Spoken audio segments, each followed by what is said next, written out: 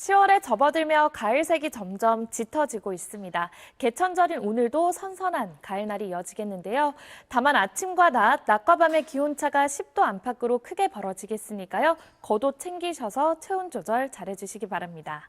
하늘빛은 어제보다 다소 흐려지겠습니다. 중부지방은 구름이 많겠고요. 남부와 제주는 흐린 가운데 오전에 제주와 전남을 시작으로 경남은 낮부터 비가 시작되겠고요. 이들 지역 늦은 오후까지 5mm 정도의 비가 조금 내릴 때 있겠습니다. 현재 기온을 살펴보겠습니다. 홍성 11.8도, 대구 12.1도로 쌀쌀하게 출발하고 있고요. 낮 기온을 보시면 서울과 광주 22도, 대구와 울산, 창원도 22도로 어제보다 조금씩 낮겠습니다. 내일은 오후부터 밤사이 중서부 지역에 가끔 비가 내리겠고요. 비가 그친 뒤 목요일에는 서울 아침 기온 10도까지 떨어져 쌀쌀하겠습니다. 날씨였습니다. 연휴 마지막 날 잘 마무리하시길 바랍니다. 아침 뉴스 마칩니다. 시청해주신 여러분 고맙습니다. 누구도 가지 않은 길을 누구나 따라오게 될 길로 The Mainstream The New Sorento. 어디로 향하고 있을까? 새로운 방향이 될 그들의 움직임을 더 메인스트림 더 뉴 소렌토. 와, 드시는 건 아직도 선수시네요. 잇몸은 현약이거든요. 그럼요. 잇몸은 은폐가 없으니까 잘 관리하세요. 염증은 줄여주고 잇몸속부터 건강하게. 인사돌 플러스. 잇몸 속부터 단단하게. 인사돌로 플러스 하세요. 인사돌 플러스. 탈모 판시들에게 물어보세요. 좀 빠지긴 했는데 괜찮겠죠? 시작부터 드셔야죠. 여자도 괜찮나요? 남자 여자 다 괜찮아요. 효과는요? 괜히 밤일이겠어요. 덜 빠지게 굵어지게 풍성하게 탈모엔 판시리. 오늘부터 풍성. 주행의 변화를 넘어 일상의 변화가 시작됩니다. 볼보 티맵 인포테인먼트 서비스 2.0과 함께 새로운 오늘을 만나보세요. 보보. 빨래를 빽빽하게 널면 냄새나. 넓게 널면 자리가 없네. 다운이 실내 건조 플러스. 빽빽하게 빽빽하게 널어도 햇볕에 말린 듯 상쾌하게. 다운이 실내 건조 플러스. 알레르기, 그게 뭐가 문제야? 이 순간을 즐기는 나에게 집중해봐. 효과는 빠르고 졸음 걱정은 줄이고 알레그라와 함께 가장 나다운 순간이 계속되도록 알레그라. 10대 때 뭘 드신 거예요? 나? 앞서당겨 먹었지. 이것저것 다 넣어가며 지금까지 쭉 내 입에 안성맞춤 40년. 역시 라면기에 도화지. 안성탕면. 지금은 하이뮨 시대. 한양류 단백질의 정상적인 면역 기능, 소화를 고려한 설계까지. 좋으니까 하이뮨이죠. 하이뮨 프로틴 밸런스. KB는 차를 만들지 않습니다. 오직 중고차 속 숫자들의 가치를 냉정하게 진단합니다.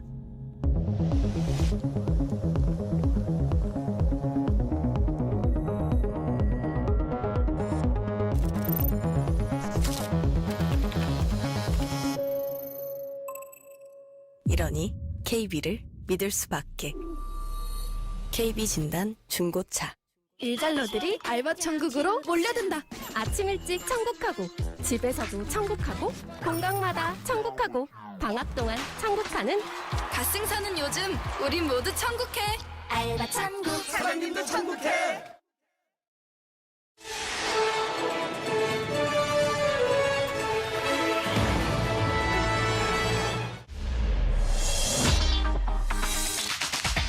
이어서 모닝와이드 3부가 방송됩니다.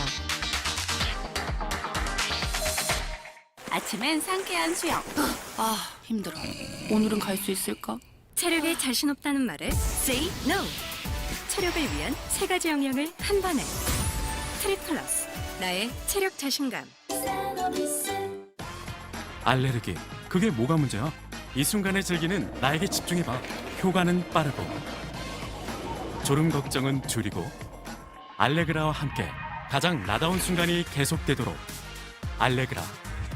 도착했습니다. 하리보 골드베른 팀이다. 오바. 우와, 쫀득쫀득 딸기맛 곰돌이 대장 출동. 이거 봐. 내가 하얀 곰처럼 투명해져서 모두를 구할 거야. 아는 동생이 치질인데 좀 참으면 낫겠죠? 얼른 치센 시작해야지. 먹는 약이라 진짜 편해. 오, 먹는 약? 근데 이거 네 얘기지. 혈관을 튼튼하게 먹는 약 치센. 알고 치센. 콜레스테롤 케어하려 고등어 먹고 샐러드 먹고 운동하고 유산균도 있다 고! 슈퍼바이오틱스 콜레스테롤 장과 콜레스테롤을 이중 케어 장 건강에 콜레스테롤 케어를 더하다. 돌코락스와 함께 굿모닝.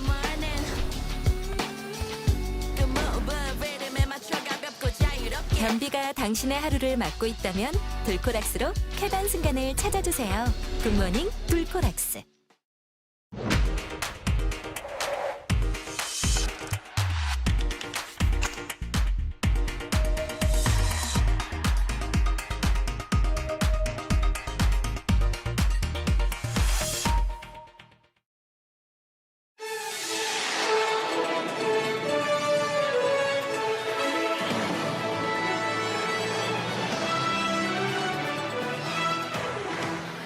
톨게이트에서 가로 본능을 발휘하며 차로 변경을 시도하는 건 물론 앞을 제대로 보지 않아서 추돌 사고가 나기도 합니다. 명절 연휴 도로 위에서 자주 발생하는 상황인데요. 황금 연휴 마지막 날인 오늘 블랙박스로 본 세상에서는 연휴 끝에 맞닥뜨릴 수 있는 교통사고와 예방책에 대해서 짚어봅니다. 인적이 드문 산 중턱에 정성스레 쌓아올린 돌무더기가 있습니다. 인근에 있는 거대한 바위엔 정체를 모를 그림과 의미를 알 수 없는 글귀도 적혀 있는데요. 이 산에선 대체 무슨 일이 벌어지는 걸까요? 미스터리엠에서 추적해봅니다. 잠시 후 뵙겠습니다.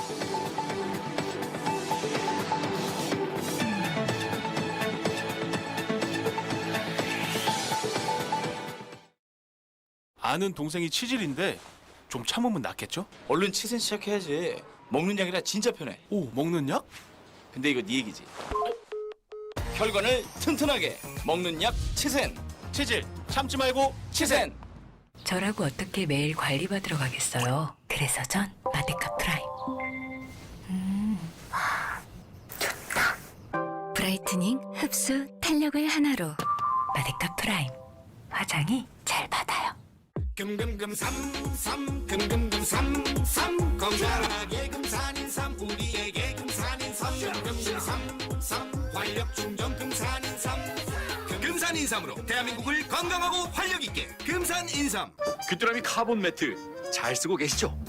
전자파 걱정 없고 두수 걱정 없고 세탁 걱정 없고 전기료 걱정도 없으니까 잘 쓰고 있습니다. 3세대 귀뚜라미 카본 매트 온돌.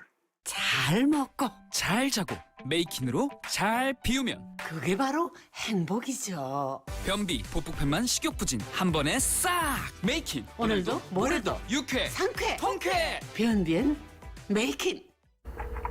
세상엔 적이 너무 많아. 제대로 끝내줄게.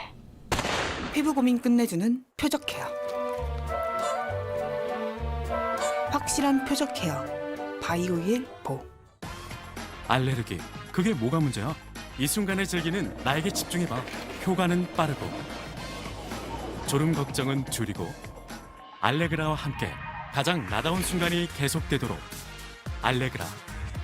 면도에 클렌징을 더한 질레트랩스 딥 클렌징 바.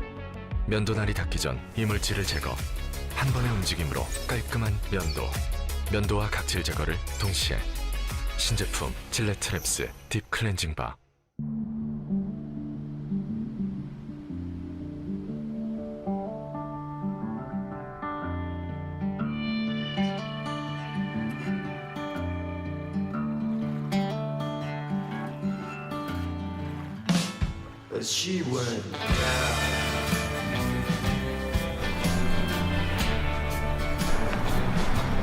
일상과 일상 사이를 열다.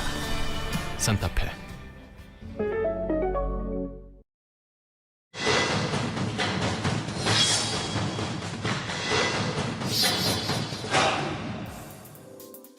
추석을 맞아 벌초나 성묘 다녀온 분들 많이 계실 텐데요. 공원묘지 한켠엔 수풀과 안내문으로 뒤덮인 채 방치된 묘들도 있습니다. 이렇게 방치된 무덤은 약 220만 기에 달할 것으로 추정이 되는데요. 방치된 묘들 처리할 방안은 없는 건지 날에서 취재했습니다. 추석 연휴 막바지 경기 파주시의 한 사설 공원 묘지를 찾아갔습니다. 깔끔하게 관리된 묘들 사이에 확연히 다른 외관의 묘들이 눈에 띄는데요. 지금 이것도 묘인 것 같은데요. 자, 이렇게 무성한 잡초로 뒤덮여 있습니다. 전혀 관리가 안 됐네요. 46년간 지금 방치가 되고 있는 묘라고 써 있고요.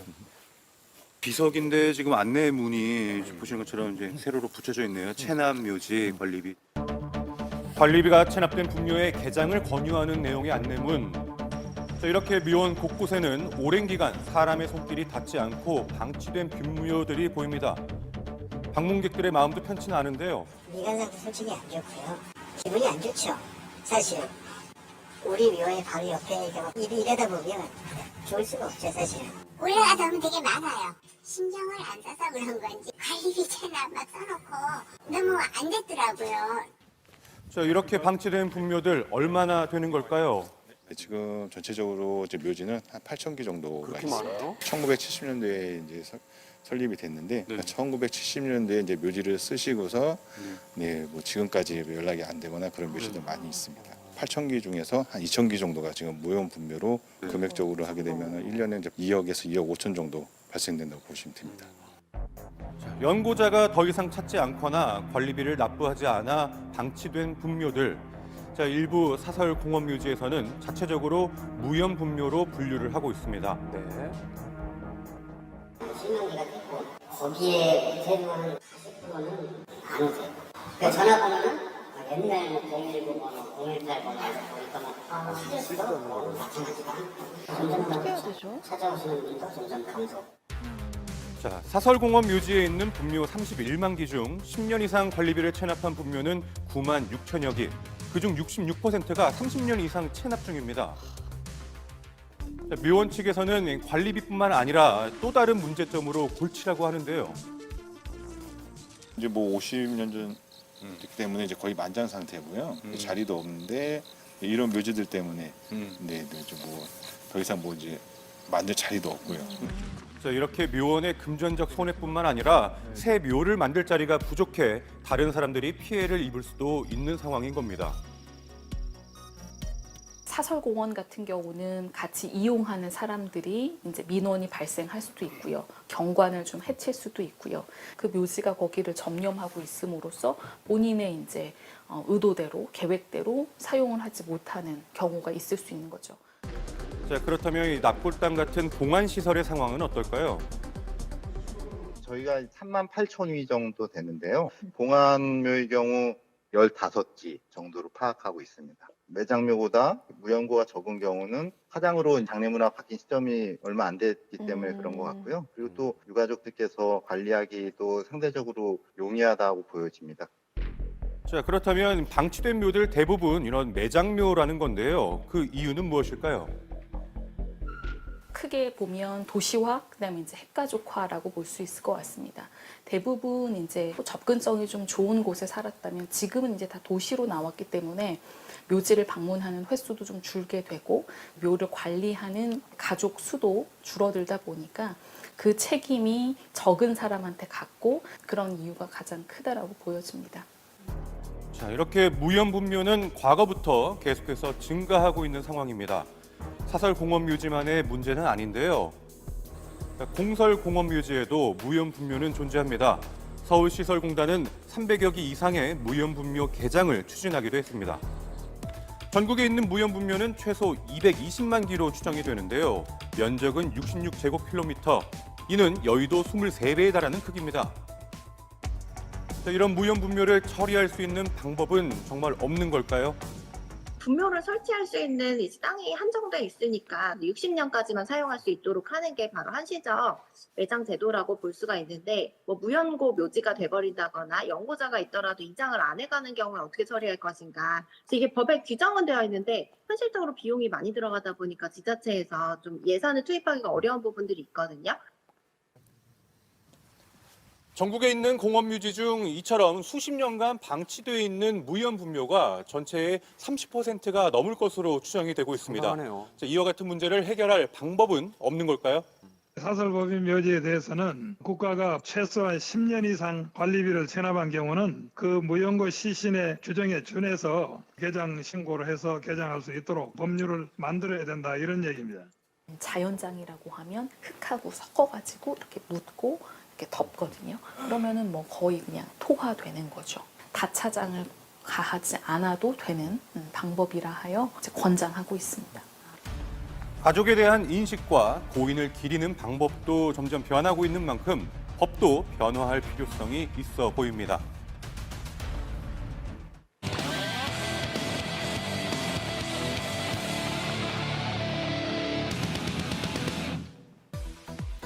오늘 첫 번째 CCTV 영상 보시죠. 모두가 잠든 깊은 시각. 도심 한가운데서 추격전이 발생했는데요. 대체 그 이유는 뭘까요? 늦은 밤 수상한 차량을 목격했다는 제보자. 차선에서 차량이 좀 이상하게 주행을 하더라고요. 택시 기사인 제보자는 수상한 차량을 포착하고 그 차에서 눈을 떼지 않았다고요. 이 차량은 고개 운전을 이어갔습니다. 2차선을 넘어갈 때 말 때 비틀비틀대면서 주행을 했어요. 저도 이제 그 차 뒤를 이제 계속 좀 지켜봤죠. 그때까지는 미심쩍었다고요. 주행 신호가 떨어졌는데도 불구하고 한참 동안 멈춰서 있다가 뒤늦게 출발하는 차량을 보고 제보자는 직감한 게 있습니다. 아, 이건 진짜 100% 음주운전이구나, 맞구나. 그러고 나서 이제 따라가게 됐죠. 이를 확신하고 차량을 따라 나섰던 제보자. 일단 경찰에 신고부터 했죠. 네, 여보세요. 음주 이심 차량이 있어서 신고 좀 드리려고 하는데요. 네네네네. 여기 충주 공평 삼거리에서 좌회전해가지고 여기 도망간다. 쫓기고 있다는 걸 눈치라도 챈 걸까요? 갑자기 빠른 속도로 주행랑 치더니 어디론가 사라져버렸습니다. 이에 제보자는 골목을 뒤지기 시작했는데요. 인근 주택가에서 해당 차량을 발견할 수 있었습니다. 그리고 그 앞에는 태연하게 서 있는 한 운전자가 보이는데요. 바로 있어요. 지금 나와 있어요, 운전자. 예, 지금 나와 있어요. 혹시 모를 위험에 그냥 지나쳐버린 제보자. 골목 끝에 멈춰선 뒤 경찰에게 상황과 위치를 곧바로 전달했습니다. 이렇게 둘의 공주로 붙잡힌 운전자. 음주운전을 한 게 맞을까요? 그 혈중 알코올 농도는 음주운전 취소에 해당하는 수치였고요. 음주운전으로 형사 입건해서 경찰서 교통조사팀에 인계했고요. 다른 사람을 다치게 할 수 있는 음주운전은 어떻게든 잡히니까 음주운전을 하지 말았으면 합니다. 당신의 용기에 박수를 보냅니다. 하지만 무리하지 말고 경찰에 꼭 맡겨주세요. 천안의 한 상가 건물인데요. 갑자기 CCTV의 시야가 뿌옇게 변하죠. 대체 무슨 일이 있었던 걸까? 여기서 불렀어요. 여기서. 까맣게 그을린 이곳은 창고인데요. 냄새가 난다는 이런 전화가 와서 저희가 여기 출동을 해보니 화재라는 걸 발견해서 저희들이 소화기로 진압 작업을 했었습니다. 소화기를 무려 3개나 썼지만 무용지물. 불길이 점점 더 번져가던 그때 어디선가 두 남성이 나타나더니 곧바로 소화전을 열어서 화재 진압을 시도했습니다. 작업했지요.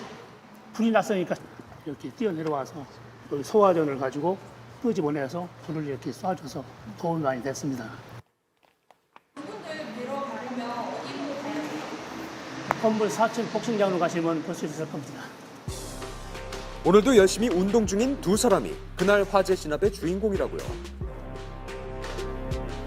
창문을 열어보니까 연기가 나고 냄새가 나서 바로 1층으로 뛰어내려가게 된 상황이었고 1층에서는 불이 나고 있었던 상황이었습니다. 당시 스파링을 하던 두 사람은 귀를 찌를 듯한 경보음이 울리자 다급히 1층으로 내려갔습니다. 하지만 연기 때문에 한 치 앞도 보이지 않던 상황. 이내 한 남성이 능숙하게 소화전을 열죠. 알고 보니 그는 현직 소방관이었습니다. 저도 모르게 몸이 먼저 반응하게 되더라고요. 화점의 위치도 정확히 보이지 않았기 때문에 바로 옆에 있는 옥내 소화전을 이용하여서 외부 확대를 방지하면서 연기가 빠지기를 기다리고 있었습니다. 화재가 발생하면 누구나 소화전을 이용할 수 있는데요. 그 방법은요? 일단 소화전 함을 열어서 호스를 꺼내고요. 밸브를 시계 반대 방향으로 돌린 후 물이 나올 관을 열어주고 두 손으로 노즐을 잡고 불을 향해서 발사하면 됩니다. 큰 인명피해가 없고 화재가 크게 확산되는 것을 방지할 수 있어서 정말 다행이라고 생각합니다. 쉬는 날에도 본능적으로 움직여준 소방관 덕분에 큰 화재를 막을 수 있었습니다.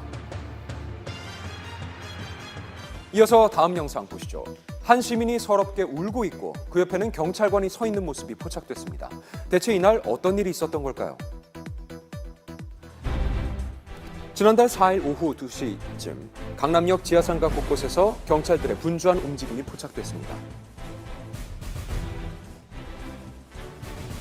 그들은 대체 뭘 찾는 걸까요?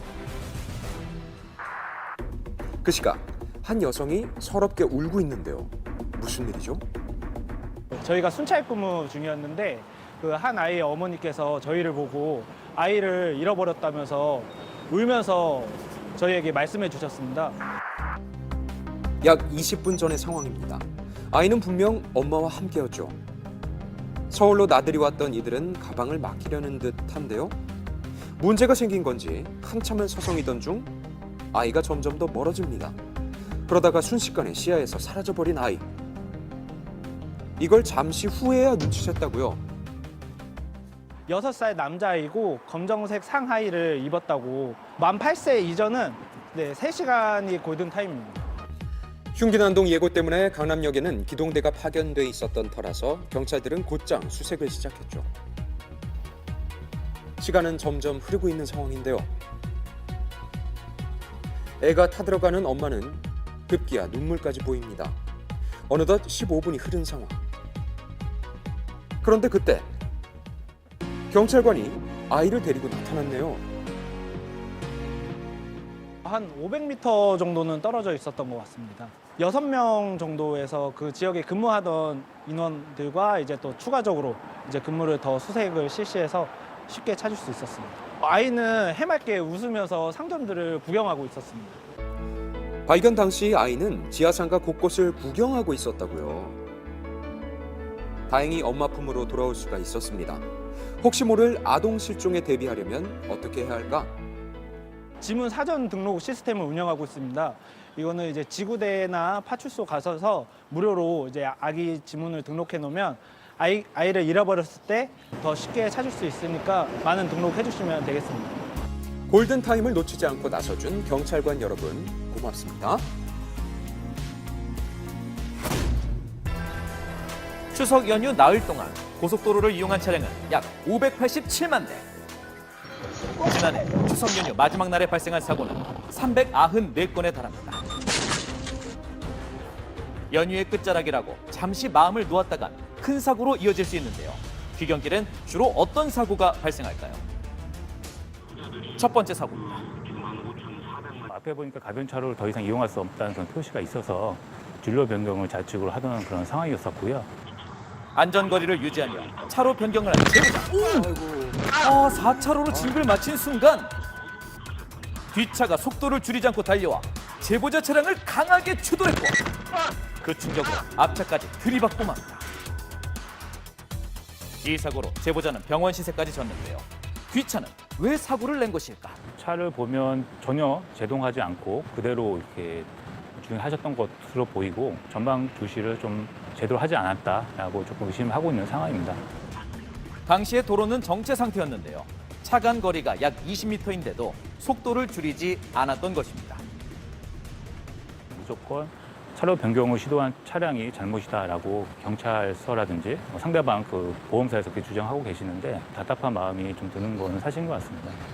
경찰과 상대방은 이번 사고를 차로 변경 중 사고로 보고 제보자를 가해자라고 한다는데 말도 안 되는 이야기입니다. 상대 차량은 제보자 차량 중앙 뒤쪽을 추돌했는데 차로 변경 완료한 상태에서 추돌한 사고입니다. 상대 차량의 중대한 전방 주시 태만 과실이 이번 사고의 결정적 원인입니다. 결국 이번 사고 과실 비율은 중대한 전방 주시 테마는 상대방 과실 100%, 제보자는 무과실로 평가됩니다. 추석 연휴 고속도로 교통사고의 원인 중 35%를 차지하는 전방주시 테마. 주로 장거리 운행과 피로 누적으로 인한 집중력 저하가 원인인데요. 만약 운전에 어려움이 있다면 휴게소나 졸음쉼터에서 충분한 휴식을 취해야 된다는 점 당연하지만 잊지 마시길 바랍니다. 쉬어가야죠. 네, 자 이번 사고는 초행길에 일어났습니다. 고통을 호소하는 제보자, 무슨 일이죠? 상대방이 그렇게 빠른 속도로 와서 부딪힐 줄은 몰랐죠. 초행길이라 우측으로 바짝부터 서행 중이던 제보자. 그런데 맞은편에서 오던 차량과 충돌하고 맙니다. 중앙성이 없는 일반 도로인데 그냥 상대방이 뭐 역주행하다시피 넘어온 거예요. 전치 2주의 진단을 받은 제보자. 그보다 큰 마음의 상처가 남았습니다. 운전위원회에서 이제 상대방이 75%고 제가 25% 이렇게 나왔어요. 안전운전 의무 위반이라고 하더라고요. 솔직히 제 입장에서는 너무 억울합니다. 이에 제보자는 긴 소송을 이어가고 있습니다. 연휴에 나들이를 갔다가 초행길에서 이런 사고가 발생하기도 중앙선이 없는 한적한 시골길이라 하더라도 가상의 중앙선이 있습니다. 따라서 차량 운전자들은 마음속으로라도 가상의 중앙선을 그리고 우측 통행한다면 사고 방지에 큰 도움이 될 것입니다. 이면도로를 달릴 땐 가상의 중앙선이 있다고 생각하고 내 차로를 지킨다는 마음으로 꼭 운전해야겠습니다. 연휴의 끝자락엔 이곳에서도 사고가 자주 발생합니다. 여행을 마치고 집으로 향하던 제보자. 요금소로 진입하던 찰나 웬 차가 연속으로 차로를 변경하다가 그대로 충돌합니다. 괜찮아? 그냥 황당했죠. 이제 애들이 뒤에 타고 있어가지고 애들이랑 와이프도 너무 놀라고 정말 다행히도 다친 곳은 없었어요. 뉴스에서나 보던 일을 처음 겪었다는 제보자. 현금 차선에 있다가 하이패스 차선으로 무리하게 차선을 변경한 것 같았어요. 제가 이제 피할 수 없어가지고 사고가 난 거죠. 현금 차로와 하이패스 차로 사이에서 무리하게 차로 변경을 하는 바람에 이런 사고가 종종 발생하는데요. 통행료는 종점 요금소에서 납부가 가능하고요. 또 고속도로 홈페이지를 통해 확인 후 추후 납부도 가능합니다. 고지서가 날아오기도 하니까요. 무리한 차로 변경은 금물입니다. 통계에 따르면 지난 5년간 귀경길 사고는 하루 평균 424건에 달합니다. 귀경길에는 몸과 마음이 긴장이 풀어지면서 큰 사고로 발생할 위험이 아주 높습니다. 특히 가족이 동승한 관계로 한 건의 사고 시 많은 피해자가 나올 수밖에 없습니다. 끝까지 방심하지 말고 안전운전을 해주셔야 됩니다. 연휴의 마지막까지 긴장을 늦추지 말고 꼭 안전운전 하십시오. 한낮에도 이곳에 가면 소름이 돋습니다. 등산 오시는 분들이 여기가 딱 우리나라 가운데 있는 산이 돼요. 그리고 기가 세다고 그러긴 하더라고요. 이렇게 돌 일이 많아요. 바위도 많고 막 이런데 거길 딱히 뭐라고 얘기해야 될지 모르겠어요. 뭐 이까이 거 하고 올라가시던 분들이 다쳐서 내려오는 분도 있고 전화사고 나고 진짜로 저기 막 백골 나오는 것도 많아요. 무성한 소문을 만들어낸 그곳은 산속 깊숙이 감춰져 있는데요. 오늘의 미스터리에는 산속에 숨겨진 비밀 장소에 관한 이야기입니다. 산 중턱에서 특이한 돌무더기를 봤다는 제보자. 등산로와는 조금 떨어진 인적이 드문 곳으로 안내하는데요. 길이 되게 험하네요. 사람들이 안 다니는 곳이니까. 험한 산길을 약 20분 정도 헤맸을까 드디어 제보자가 멈춰섭니다. 사람이 다니지 않은 산속에서 그가 봤다는 건 무엇이었을까? 갑자기 눈앞에 넓은 터가 펼쳐지더니 그 터 아래엔 누군가 일부러 쌓은 게 분명해 보이는 돌무더기가 보입니다. 여기 돌무더기야. 이 산에선 비슷한 듯하면서 크기와 형태가 다른 돌무더기가 곳곳에서 발견되는데요. 하나같이 쌓다 만 듯한다는 공통점이 있습니다. 신기했죠. 깊은 산 속에 이렇게 바위가 있는 것도 그렇고 뭔가 만들다만 흔적들이 있어가지고 미스터리하더라고요. 대체 누가 어떤 의도로 산 중턱에 돌무더기를 쌓아놓은 걸까요? 그리고 왜 다 미완성으로 보이는 걸까요? 일단 이 돌들의 정체부터 알아내기 위해 석공이의 명장을 찾아갔습니다. 장소로 봐서는 좀 오래된 것 같아요. 이런저런 장비도 안 들어가고 100년 정도 그 전에 그 돌을 주워서 이렇게 쌓아가지고 이 위에 부분에 바닥을 수평 잡기 위해서 이렇게 이제 사람의 인력으로 쌓는 거거든요.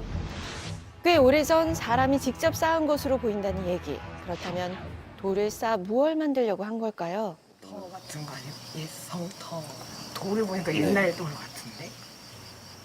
요즘 돌은 아닌 것 같아요. 예전에 왕들이 이렇게 뭐 외세 침공 받으면 두 군데라고 들었거든요. 여기 강화도 아니면 남한산성. 1차 피신처가 그거 아니었나요, 저희? 적의 침공을 막기 위해 쌓은 산성이 아니냐는 추측인데요. 우리나라는 산성의 나라라 불릴 만큼 산성이 많죠. 자세히 보니 꽤나 정교합니다. 반듯한 돌만 모아 기초를 쌓은 뒤에 이렇게 산성을 만들려고 했던 걸까요? 그럴듯한 가설에 대한 전문가의 의견을 들어봤는데요.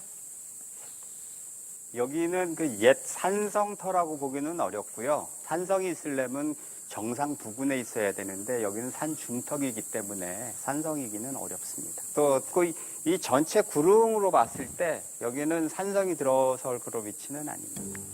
산성이 들어설 장소는 아니라는 게 전문가의 설명. 그런데 주위를 둘러보다 뜻밖의 것을 발견합니다. 바닥에 깔려 있는 것들은 다 그 조선시대 기와입니다. 이게. 기와요? 예. 돌무더기 주변에 조선시대에 쓰던 기와 파편이 떨어져 있던 건데요. 네, 우리가 지금 이 앞에 이렇게 보듯이 기와편들이 많이 흩어져 있지 않습니까? 그래서 여기가 주 건물터라는 얘기입니다. 이 돌무더기는 산성터가 아니라 건물의 흔적이라는 겁니다. 곧게 뻗은 돌 위로 세워졌던 건물의 정체는 무엇이었을까? 주변을 다시 한번 유심히 살펴봤는데요.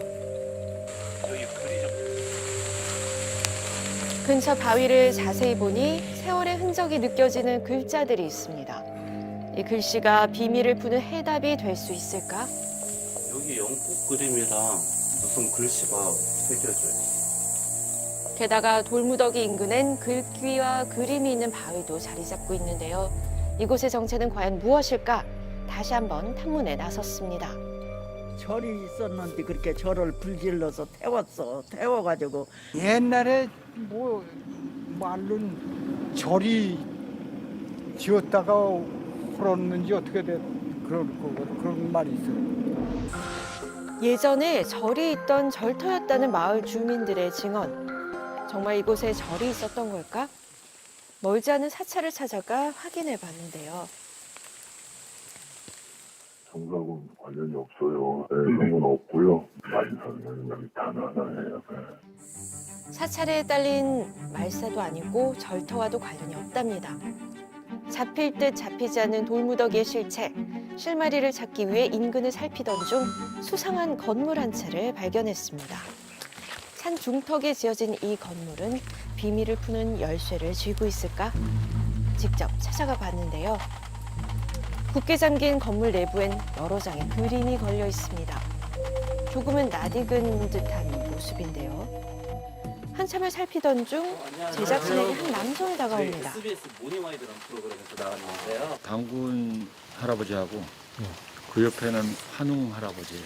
단군 아버지. 여기가 만이산 하면 단군이고 단군 하면 만이산 아니에요. 그림의 주인공은 바로 단군. 돌무더기와 무슨 관련이 있는 걸까요? 그 해답은 만이산 꼭대기에 있다는데요. 예, 이곳은 강화도의 제일 남쪽에 있는 만이산의 정상에 위치한 참성단이 있는 곳이고요. 과거에 단군께서 하늘의 제사를 지내는 제단으로 만이산 참성단이 알려져 있기 때문에 무속신앙이나 민간신앙을 믿으시는 분들이 와서 기도를 하는 기도처로 알려져 있기 때문에 돌 무더기가 굉장히 많이 있습니다. 산 중턱 곳곳에서 발견된 돌무더기는 바로 기도를 드리는 제단이었습니다. 그렇다면 넓은 터에 곱게 쌓아 올린 돌무더기 역시 제단인 걸까요? 이곳은 이제 천제궁이라고 하면 제사를 준비하던 곳입니다. 다만 현재 시간이 오래 지나서 무너진 부분도 있는 것 같습니다. 이곳은 제사를 지내는 제관들이 머물거나 비풍을 보관하는 등 제사를 준비하던 건물터였는데요. 이곳에서 당시 제사를 지낼 때 쓰인 그릇 파편도 발견됐습니다. 만이산에서 가장 높은 곳이자 하늘과 가장 가까운 곳에는 단군이 제사를 지내기 위해 쌓았다고 전해지는 제단이 있습니다. 이곳이 바로 단군이 하늘에 제사를 지냈다는 참성단입니다. 참성단은 여러 기록에도 나와 있는데요. 15세기 중반 쓰여진 고려사에는 산 꼭대기에 참성단이 있는데 단군이 하늘에 제사를 지낸 곳이라 언급하고 세종실록에서도 이 참성단은 단군이 하늘에 제사를 지내는 돌제단이라는 설명이 나옵니다. 으스스한 소문이 무성했던 이곳은 아주 예전부터 전해오는 단군의 제사터였던 건데요. 이런 역사가 현재까지 이어서 매년 개천절이 되면 개천대제를 봉행하고 전국체전이 있을 때면 성화를 체화하기도 합니다.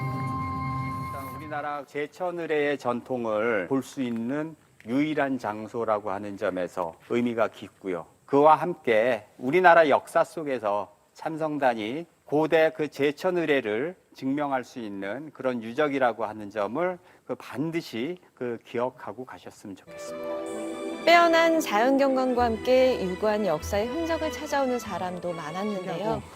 또 단군의 전기를 받는 것 같아서 기분이 좋습니다. Very impressive for me to see it here. Yeah, it's a nice place to be. Yeah, it's very lovely. 참성단이 있는 만이산은 하늘이 선택한 산이라 불렸고 곳곳에 기도터가 생겨났던 겁니다. 돌을 쌓아 올린 정성만큼 마음의 위안을 얻길 바라며 지금까지 미스터리 M이었습니다. 네, 지금 보신 강화 참성단이 여러 기록 속에서 단군의 제사터라고 전해 내려오는 이유는 국가의 어려움이 찾아올 때마다 우리 민족의 구심점을 만드는 역할을 했기 때문이라고 하네요. 네, 오늘은 4,355번째 개천절입니다. 네. 모두 함께 잘 사는 세상이라는 이념과 함께 하늘이 열린 날인데요. 길었던 연휴의 마지막 날, 개천절의 의미를 되새기는 하루를 보내보는 건 어떨까요? 알쏭달쏭한 이슈에 속 시원한 해답을 찾아가는 이분법적 평장쇼 Yes or No. 선선한 가을바람에 강변을 따라 걷기도 자전거를 타기에도 딱 좋은 요즘. 조용한 공원의 분위기를 깨는 큰 소리가 종종 들려오곤 하는데요. 소리가 들려오는 곳에서 마주한 건 자전거에 달린 블루투스 스피커. 이거 왜 쓰는 거죠? 혼자서 라이딩하니까 좀 심심하잖아요. 뉴스도 듣고. 그냥 하면 재미가 없어. 그냥 재미없어가지고. 아침에 새벽 일할 때 걷기 운동할 때도 나 항상 들어서 지루하지 않잖아요. 지루함을 떨치려고 사용하기도 하고요. 처음에는 이어폰으로 들었다가 이제 주위에 뭐 차나 이런 게 들어오는 소리가 안 들리더라고요. 근데 이어폰을 끼고 있으면 소리를 못 들으니까 부딪히는 확률이 많죠. 안전사고를 막으려고 쓰기도 한답니다.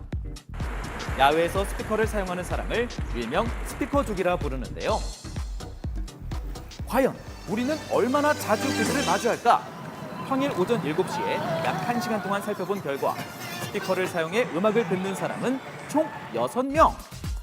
10분에 1명꼴로 스피커족이 지나간 셈인데요. 드셨으면 좋겠다라는 생각이에요. 소리가 크게 간다는 거는 소음이죠. 스피커에서 나오는 음악이 소음에 불과하다는 의견도 있는 상황. 그래서 오늘의 주제는 야외 공원에서 스피커를 사용해도 되나? 입니다. 한강으로 떠난 Yes or No 마이크. 스피커 사용에 대한 시민들의 의견은 어떨까요? 저는 공공장소인데 그거를 그렇게 크게 틀어놓으면 듣기 싫은 사람도 듣고 약간 휴식을 취하던 사람한테도 피해가 끼쳐지니까. 오래간만에 아들이 나와서 쉬고 있는데 주변에서 시끄럽하면 또 나와서 또 짜증이 날 수 있기 때문에 나의 즐거움 때문에 남에게 피해를 주면 안 된다 이렇게 생각합니다. 그럼 스피커 쪽의 소음은 어느 정도일까? 직접 측정해봤는데요. 사람들의 대화 소리가 간혹 들려오는 공원의 소리는 약 52데시벨. 그런데 스피커 쪽이 지나가자 데시벨이 급상승해 81데시벨을 넘었습니다. 꽤 크네요. 이 정도면 소음으로 분류가 되는 걸까요? 공사장 현장에서의 소음은 65데시벨을 넘지 말라라고 이제 규정을 하고 있습니다. 본인의 어떤 사고의 흐름이라든가 사색의 흐름이라든가 그다음에 대화의 흐름 자체가 중단이 될 수밖에 없다라는 거죠. 아름다운 음악도 소음이 될 수 있다는 얘기. 그런데 말이죠. 네, 좋습니다. 우리 어릴 때도 조금만 이렇게 카세트 같은 데 가서 산에 가서 막 크게 틀어놓고 듣고 그랬는데 들을 수 있는 그런 자유가 있는 게 좋지 않을까요? 그래도 이 한강에 놀러 오는 분위기 자체가 그래도 음악도 같이 들으면서 분위기를 즐긴다고 생각을 하기 때문에 공원에서 스피커를 사용해 음악을 듣는 것이 하나의 문화로 자리 잡았다는 의견입니다. 자연공원법에서도 국립공원에서 소음을 유발할 수 있는 도구를 가지고 진입하는 것만으로도 과태료 처분을 받을 수 있도록 되어 있습니다. 국립공원에선 소음을 유발할 수 있는 도구를 가지고 입장하는 행위 자체를 금지하고 한강공원 역시 심한 소음을 내는 경우 과태료 7만 원을 내야 하는데요. 실제로 단속은 하고 있는 걸까요? 한강공원 대부분 시민들이 이제 편하게 쉬시러 오는 그런 곳이니까 개도 위주로 하고 있고요. 과태료 부과한 건은 거의 없어요. 명확한 기준도 처벌도 없는 상황. 그럼 외국은 어떤지 살펴봤는데요. 미국은 60데시벨이라는 소음 기준이 있고 일본은 소음을 발생시키면 30만 엔 이하의 벌금을 내야 합니다. 공원의 나라라고도 불리는 영국은 어떨까? 파커스피스라는 공원이에요. 가끔씩 러닝이나 사이클링을 하면서 음악을 크게 트시는 분들도 계시지만 흔하진 않아요. 영국에선 스피커를 사용하는 사람들을 보기 드물다는데 스피커 사용에 대한 생각은요? I think no, because everyone has different music preferences. So if they want to listen to music, they can put headphones. I think yes, as with other people being able to talk or sing in public spaces, I think it's totally fine. 야외 스피커 사용에 대한 의견은 영국 시민들 사이에서도 나뉘었습니다. 산책할 때 스피커 사용에 대한 시민들의 의견은 예스 9대 노 10으로 갈렸는데요. 그렇다면 전문가들은 어떨까? 예스 올 노 마이크가 각 분야의 전문가들을 만났습니다. 스피커 사용 어떻게 생각하시나요? 저는 예스입니다. 이어폰을 끼는 경우에 외부의 정보가 차단돼서 더 위험할 수 있기 때문에 스피커 사용이 더 좋다고 생각이 됩니다. 이어폰의 경우에는 밀폐형으로 되어 있는 구조이기 때문에 외부의 소리들을 들을 수 없는 이런 상황들이 되거든요. 다만 스피커 같은 경우는 외부에 발산되는 소리를 듣기 때문에 이러한 경우라면 외부의 소리나 또 이런 여러 가지 위험의 상황에 대한 경고라든지 이런 것들도 함께 인지할 수 있기 때문에 스피커를 사용하는 게 안전 관점에서는 오히려 더 좋다라고 말씀드릴 수가 있겠습니다. 안전의 관점에서 스피커 사용이 사고 예방에 도움이 될 수도 있다는 의견. 저는 노라고 생각합니다. 타인에게 피해를 줄 가능성이 있는 경우는 하지 않도록 하는 것이 공중도덕이다. 도저히 규제가 안 되는 극단적인 행동을 하는 사람들이 있으면 법으로 강제해야 된다 생각을 합니다. 스피커 사용은 타인에게 불편함을 주는 행동이고 자율 규제가 되지 않는다면 법으로 강제해야 한다는 의견입니다. 대부분의 공공 공간에서는 버스킹을 제한적으로 허용을 하고 있습니다. 락이라든지 EDM 같은 경우는 허용이 된다 하더라도 민폐를 끼치는 경우가 많아요. 가이드라인과 기준을 마련하는 것이 일단 필요해 보입니다. 스피커 사용에 대한 확실한 가이드라인이 필요해 보인다는 이야기입니다. 산책할 때 스피커 사용에 대해서 전문가들은 반대 의견이 우세했는데요. 큰 소리로 듣는 음악, 나에게는 행복이지만 남에겐 소음일 수도 있다는 생각의 전환이 필요한 시점 아닐까요? 세상을 뜨겁게 달군 핫한 이슈를 추적한다. 이슈의 모든 것, 모닝 이슈.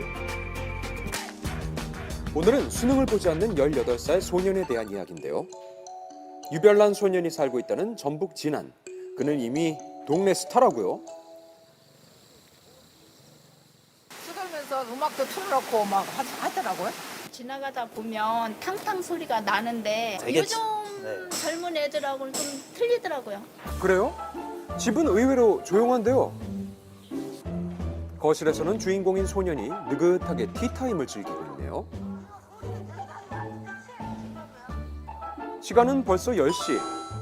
다들 학교에 갈 시간인데 뭐 하죠? 저는 학교 대신 다른 데로 갑니다. 학교 대신 이 소년이 향하는 곳은 어딜까? 호기심에 따라가 보니 걸어서 1분 거리에 있는 마당 한쪽 건물로 쏙 들어갑니다. 여기입니다. 이름 모를 기구들이 반겨주는 이곳은 작은 대장간인데요. 대장간이고요. 저는 대장간에서 일을 하고 있는 이평화입니다. 학교 대신 대장간으로 등교하는 평화는 4년차 대장장입니다.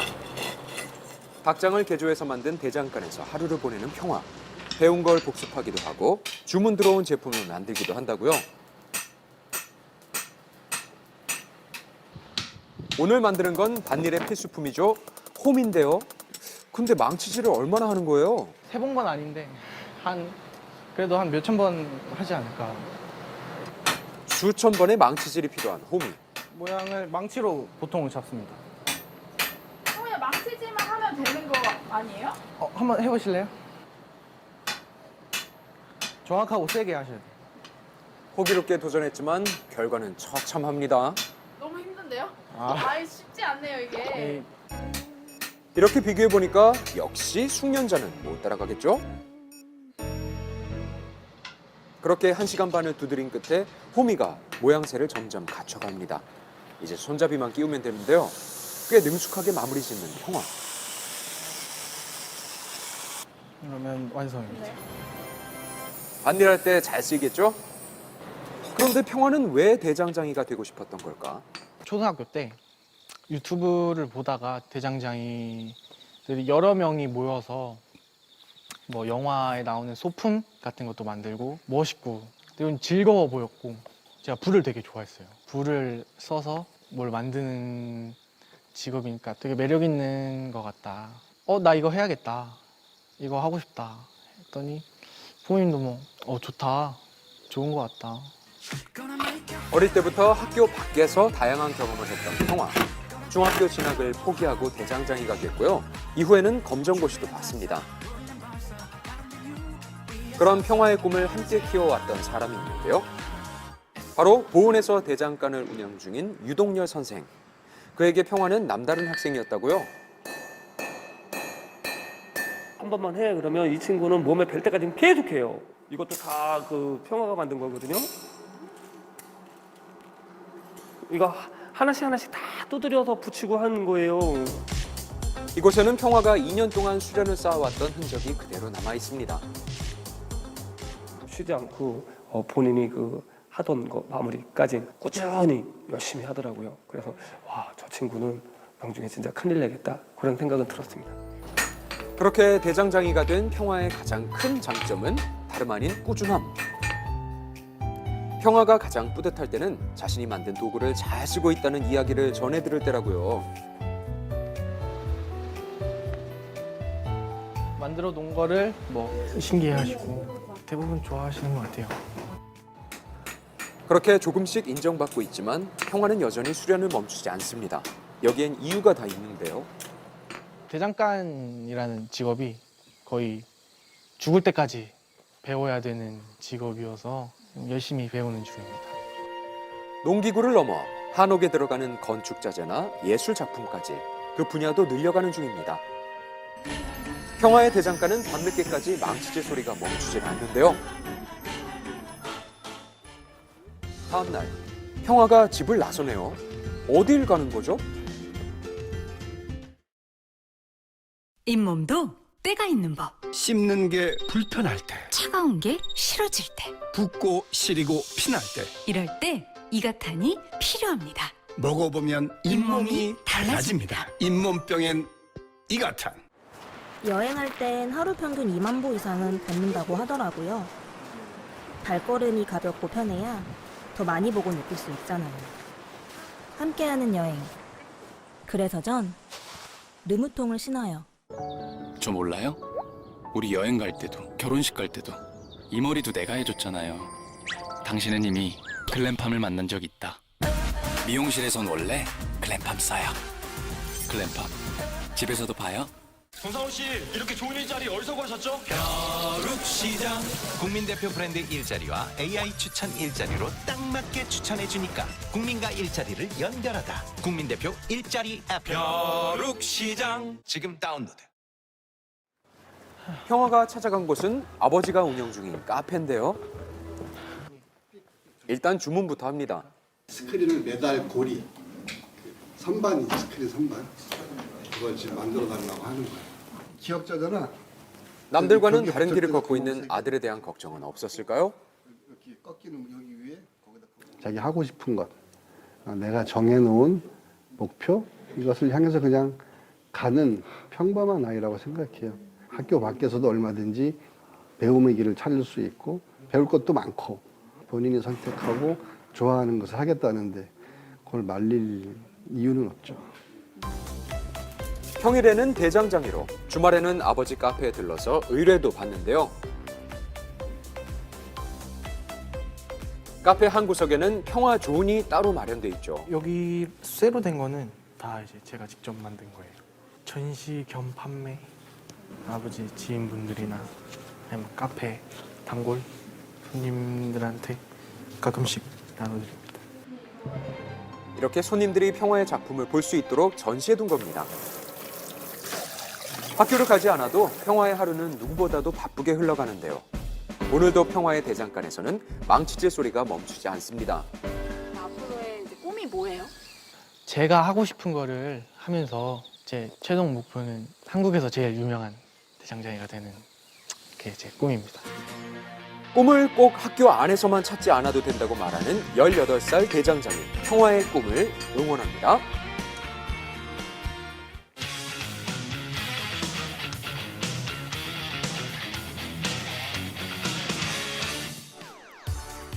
연예뉴스 강경윤 기자와 함께합니다. 자, 이분 하면 기타를 들고 무대를 뛰어다니던 모습이 생각나는데 가수 김수철 씨 만나고 가셨다고요? 네, 그렇습니다. 이 작은 거인이라는 별명으로 대중음악계를 사로잡았다가 국악부터 올림픽 주제곡 등 다방면에서 활약해온 김수철 씨가 이번에는 또 새로운 도전에 나선다고 합니다. 화면으로 직접 확인해 보시죠. 모닝와이드 시청자 여러분 안녕하세요. 김수철입니다. 오래간만에 인사드립니다. 방금 인사해 주셨지만 정말 오랜만인 것 같아요. 제가 이렇게 인터뷰하는 건 20년 훨씬 넘은 것 같은데. 네. 드라마 음악, 뭐 무용음악 이렇게 작곡은 계속 하고 있었고요. 음악을 주로 하고. 네, 김수철 씨 대표곡들이 참 많은데요. 못다 핀 꽃 한 송이. 명곡이죠.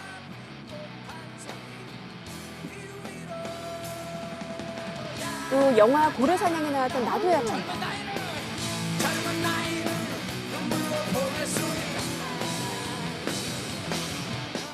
또 축제나 운동회 때 빠지지 않는 노래죠. 젊은 그대 등 그동안 수많은 히트곡을 만들었습니다. 진짜 많네요.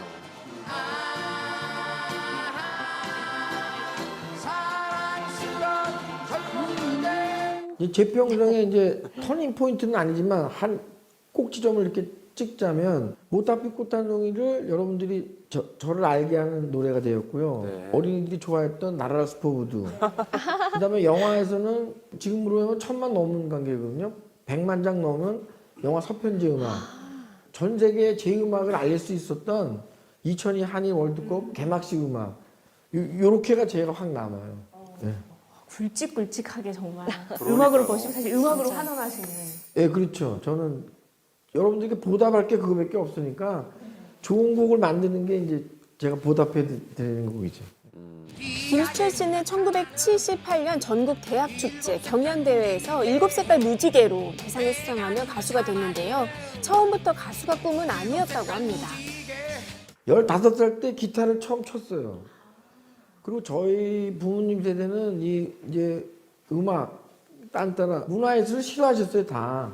그래서 저는 몰래 기타 치다가 이제 작곡하게 됐고 우연히 가수가 돼가지고 히트치게 이룬 거지. 저는 원래 가수의 꿈이 있던 사람이 아니고 작곡하고 연주를 좋아했던 사람이었는데 어떻게 히트곡이 좀 생겨갖고 가수가 된 거죠. 너무 겸손하시네요. 네, 그렇게 시작해 어느덧 데뷔 45주년을 맞아 특별한 콘서트를 준비 중이라고 합니다. 작곡만 하느라고 공연한 적이 없어요.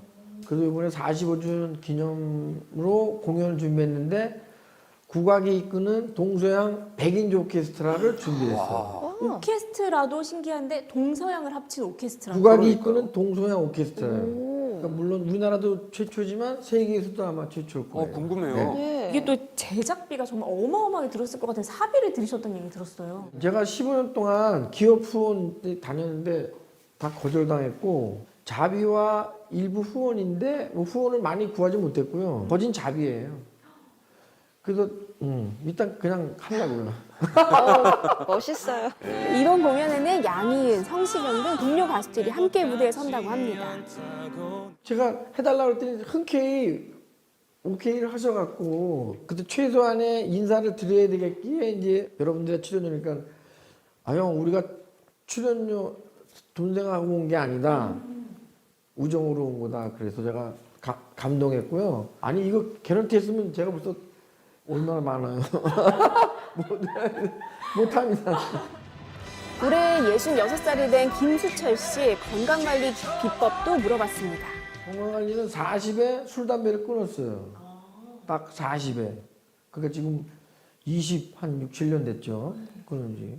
연주인은 술을 먹으면 안 돼. 그리고 건강해야 이거를 할 수 있거든요. 그래서 하여튼 저는 개인적으로 40에 술, 담배를 끊었습니다. 앞으로도 건강하게 활발한 음악 활동 모습 보여주시기 바랍니다. 앞으로도 제가 그 재미있고 건강하고 감동적인 음악을 열심히 작곡할 테니까 여러분께서 많이 성원과 응원해 주시기 바랍니다. 감사합니다. 야, 멋집니다.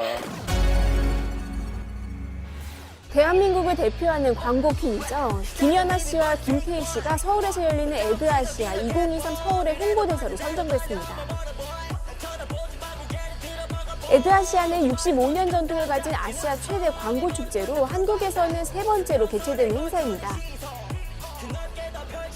김연아 씨는 피겨스케이팅 선수로 많은 국민들에게 응원과 지지를 받으며 정상에 올랐고 이후 다양한 사회 공헌 활동을 하며 선한 영향력을 행사하고 있는데요. 지난 15년 동안 160여 편의 광고에 출연하며 광고 퀸으로도 떠올랐죠. 홍보대사로서 우리의 일상을 풍부하게 만들어주고 세상을 연결해주는 광고 및 마케팅의 가치를 많은 사람들에게 널리 알릴 수 있도록 노력하겠습니다. 일반인 광고 모델로 데뷔한 김태희 씨 역시 지금까지 100여 편이 넘는 광고에 출연하며 광고 퀸으로 자리 잡은 만큼 이 두 사람이 에드아시아의 얼굴로 선정된 건데요. 당신을 광고의 미래 속으로 초대합니다. 코로나19 이후 첫 오프라인 행사인 만큼 아시아 20개국에서 5천여 명이 참석하는 이번 행사는 100여 명이 넘는 국내의 광고업계 트렌드 리더들이 연사로 참가할 예정입니다. Ready, set, transfer.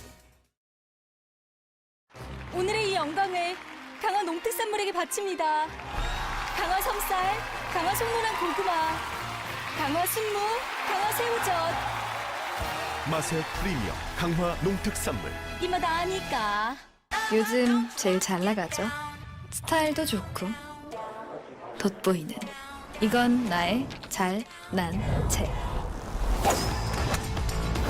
잘 나가니까 그냥 즐기기만 하면 돼. VWX. 만두.